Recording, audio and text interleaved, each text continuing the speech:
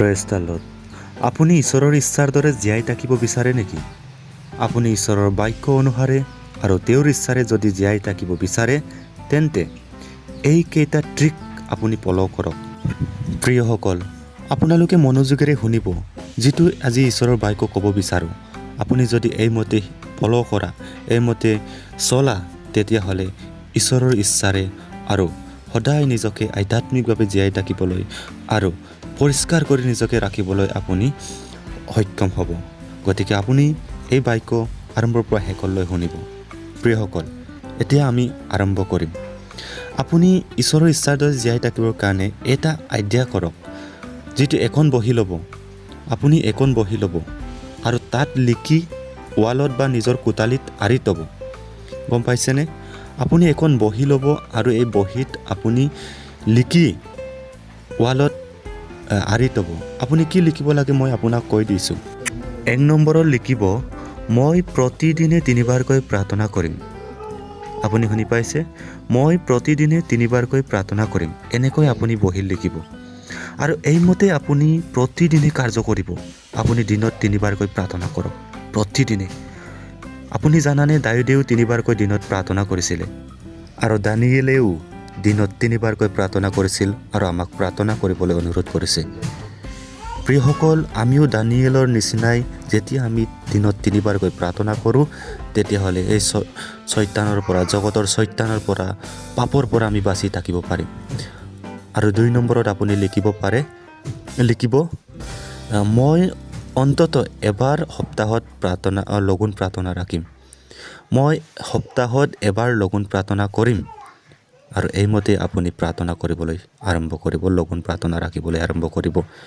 আপুনি যদি সপ্তাহত অন্ততঃ এবাৰ লঘোণ প্ৰাৰ্থনা ৰাখা, তেতিয়াহ'লে ঈশ্বৰে আপোনাক আশীৰ্বাদ কৰিব আৰু শক্তি দিব।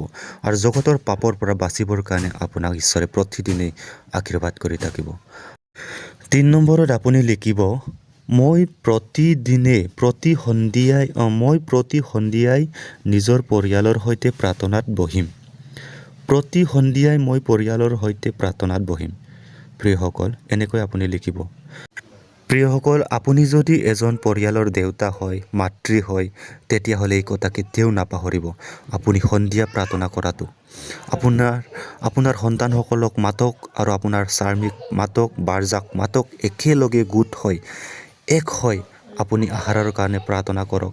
ঈশ্বৰক ধন্যবাদ দিয়ক। এই প্ৰভু, এই সুন্দৰ পৰিয়াল দিয়াৰ বাবে মই আপোনাক ধন্যবাদ দিছোঁ। মোৰ সন্তানসকলক দিয়াৰ বাবে মই ধন্যবাদ দিছোঁ। মোৰ থাকিবলৈ মোৰ ঘৰ বাৰী দিয়াৰ বাবে ধন্যবাদ দিছোঁ। এনেদৰে আপুনি প্ৰাৰ্থনা কৰিব। তেতিয়া চাব আপোনাৰ পৰিয়ালে প্ৰতিদিনে উন্নতি পথলৈ আগবাঢ়িব। ঈশ্বৰৰ বাক্যত, কাৰ্যত, সকলোতে আপুনি আগবাঢ়ি যাব। আপুনি 4 নম্বৰত লিখিব পাৰে, মই প্ৰতি দেওবাৰত মই উপস্থিত হ'ম, কেতিয়াও ক্ষতি নকৰোঁ বুলি। প্ৰিয়সকল, এবাৰো মই গীৰ্জাত ক্ষতি নকৰাকৈ প্ৰতি দেওবাৰত মই এবাৰো ক্ষতি নকৰোঁ বুলি নিজকে প্ৰতিজ্ঞা কৰক আৰু প্ৰতি দেওবাৰত আপুনি উপস্থিত হওক। আৰু আপুনি গোটেই গাঁওখনৰ মানুহবিলাকৰ কাৰণে প্ৰাৰ্থনা কৰিব, বহীত লিখি ৰাখিব আৰু তেওঁবিলাকৰ নাম ধৰি তেওঁবিলাকৰ কাৰণে প্ৰাৰ্থনা কৰিব। আৰু যিবিলাক ঈশ্বৰক নাজানে তেওঁবিলাক ঈশ্বৰক জানিবলৈ, যিবিলাক ঈশ্বৰৰ অবাধ্য তেওঁবিলাকৰ কাৰণে, ঈশ্বৰৰ বাধ্য হোৱা বিশ্বাসী হ'বলৈ কাৰণে তেওঁবিলাকৰ কাৰণে প্ৰাৰ্থনা কৰিব।